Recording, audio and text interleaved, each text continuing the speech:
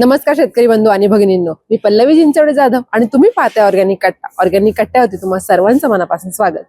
मंडळी, जर्मनीमध्ये पशुपालन हा व्यवसाय खूप मोठ्या प्रमाणावर केला जातो आणि या पशुपालन व्यवसायामधील काही घटक मी तुम्हाला इथून पुढे आपल्या ऑर्गॅनिक कट्ट्यावरती सांगत जाईल. तर आज आपण आपल्या ऑर्गॅनिक कट्ट्यावरती पशुपालन व्यवसायामध्ये जनावरांना बसण्यासाठी म्हणजे जे काही ब्रीडिंग मटेरियल आहे ते नेमकं कशा प्रकारचं असतं त्याबद्दल सविस्तरपणे माहिती घेणार आहोत. तर चला लगेचच पाहूया. तत्पूर्वी आपण ऑर्गॅनिक कट्ट्यावरती पहिल्यांदाच हा व्हिडिओ पाहत असाल आणि अजूनही ऑर्गॅनिक कट्ट्याला सबस्क्राईब केलं नसेल तर नक्की करून घ्या.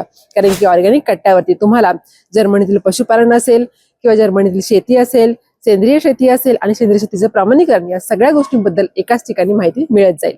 तर चला बघूया. आता बेडिंग मटेरियल म्हणजे जे बसण्यासाठी मटेरियल आहे ते खूप वेगवेगळ्या प्रकारचं वापरलं जातं. त्याच्यामध्ये मग सॉडस्ट म्हणजे लाकडाचा भुसा असू शकतो, त्यानंतर सँड देखील इथं वापरलं जाते.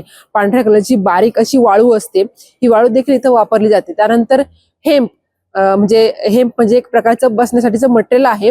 त्याच्यामध्ये काय केलं जातं की जे शेणखत आहे हे शेणखत वाळवलं जातं. म्हणजे शेणखतामध्ये स्ट्रॉ म्हणजे जे काही बेडिंग मटेरियल आहे, जे काही पिकांचं उरलेलं जे काही आहे स्ट्रॉ आपण त्याला म्हणतो, ते त्या शेणखतामध्ये असतं. ते पूर्णपणे वाळवलं जातं, ते बारीक केलं जातं आणि मग ते ऍज अ बेडिंग मटेरियल म्हणून देखील वापरलं जातं. त्यानंतर पुढचा जो काही पर्याय आहे तो म्हणजे वूड शेविंग. म्हणजे जे काही वूड शेविंग मध्ये पण मग पिकांचं किंवा झाडांचं जे काही साली आहेत त्याचा बारीक भुसा केला जातो आणि तो बेडिंग मटेरियल म्हणून वापरला जातो. आता मी ज्या फार्मवरती इथं आली आहे तर त्या फार्म मध्ये स्ट्रॉ हा मेजरली वापरला जातो. आता स्ट्रॉ इथं कुठल्या प्रकारचा वापरला जातो, जर आता जर्मनीमध्ये गहू असेल किंवा बार्ली असेल या पिकांचं उत्पादन जास्त घेतलं जातं. त्यामुळे गव्हापासूनच येणारा जो काही स्ट्रॉ आहे हा इथं वापरला जातो आणि गव्हाचा स्ट्रॉ हा जास्त मऊ असतो आणि जास्त कम्फर्टेबल असतो म्हणून हा स्ट्रॉ इथं वापरला जातो. त्यासोबतच बार्लीचा देखील स्ट्रॉ वापरला जातो, पण बार्लीचा स्ट्रॉ हा गव्हापेक्षा थोडासा आपण काय म्हणू शकतो त्याला टफ किंवा थोडा हार्ड असतो. आता हा जो काही स्ट्रॉ आहे हा स्ट्रॉ जी काही छोटी जनावरं आहेत म्हणजे जी काही वासरं आहेत, त्यानंतर आजारी जनावरं आहेत ज्या आपण आजारी काऊ म्हणतो किंवा नवीन नवीन होणाऱ्या आई म्हणजे ज्या काही आपण म्हणतो कालविंगवर येणाऱ्या ज्या काही गायीज आहेत त्यांच्यासाठी देखील हा स्ट्रॉ बसण्यासाठी वापरला जातो. साधारणपणे अर्धा ते 1 फुटाचा लेअर याच्यामध्ये तयार केला जातो खाली बेडिंग ऍज अ बेड म्हणून. आणि हा जो काही स्ट्रॉ आहे हा बऱ्यापैकी मशीनने टाकला जातो. ज्या स्ट्रॉ बेल्स असतात तुम्हाला दिसते आता बाजूला की अशा बेल्स असतात. या बेल्स हे शेतकरी काय करतात की वर्षभरासाठी त्यांना जेवढं काही लागणार आहे तेवढा स्टॉक हा एकाच वेळेस खरेदी करून ठेवतात.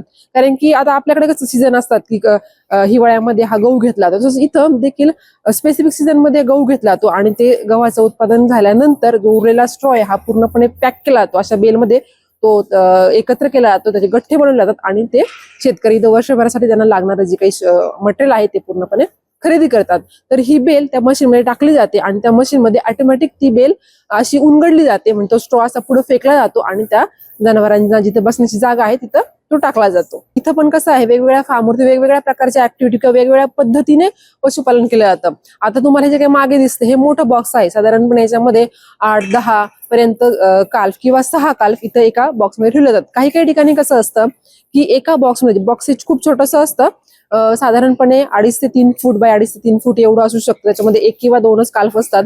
तर त्यांना काय केलं जातं, हा स्ट्रॉ हाताने तिथे टाकला जातो कारण की एवढी मोठी मशीन तिथं स्प्रेड करण्यासाठी वापरली जात नाही.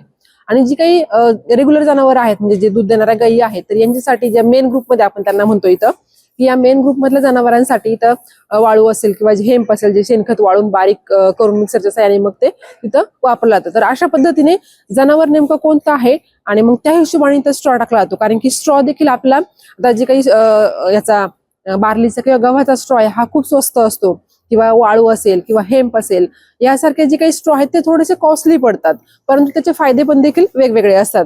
तर जसं शेतकऱ्याला परवडेल त्या पद्धतीने इथं स्ट्रॉ वापरला जातो. तर मंडळी, आता आपल्याकडे कसं की झोपण्यासाठी आपण बेड वापरतो, तसंच हे स्ट्रॉ किंवा हे जे काही बेडिंग मटेरियल यांना बेड म्हणूनच आहे. तर बऱ्यापैकी जो काही खालचा फ्लोर आहे हा फ्लोर सिमेंट पासून बनलेला असतो, सिमेंट कॉन्क्रीटचा बनलेला असतो आणि ते खालीचा थंडावा त्यांना लागू नये म्हणून हा स्ट्रॉ टाकला जातो. तसंच त्यांचे पाय याच्यावरून घसरू नये म्हणून हा स्ट्रॉ तिथे टाकला जातो. खूप कम्फर्टेबल असं तिथं वातावरण त्यांना बसण्यासाठी केलं जातं. जोपर्यंत जनावर साधारणपणे जी काही काल्फ आहेत म्हणजे जी काही वासरं आहेत ती 9 महिन्यापर्यंत होईपर्यंत त्यांना हा स्ट्रॉ टाकला जातो आणि जनावरांना देखील तो पूर्ण त्यांच्या लाईफमध्ये टाकला जातो.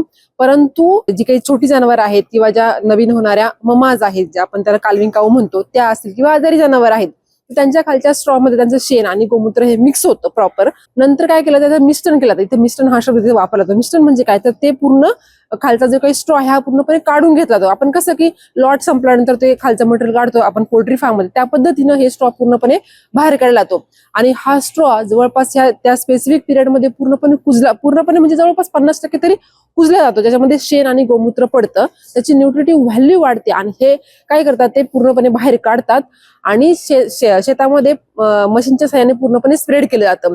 आता इथं आपण कसं शेणखत टाकतो तसं हा स्ट्रॉ इथं टाकला जातो. आता बघा तुम्ही इथं जे काही पिकांचं वेस्ट मटेरियल आहे ते इथं वापरलं गेलं, त्याच्यामध्ये शेण गोमूत्र पडलं आणि पुन्हा ते आपल्या वावरामध्ये वापरलं गेलं.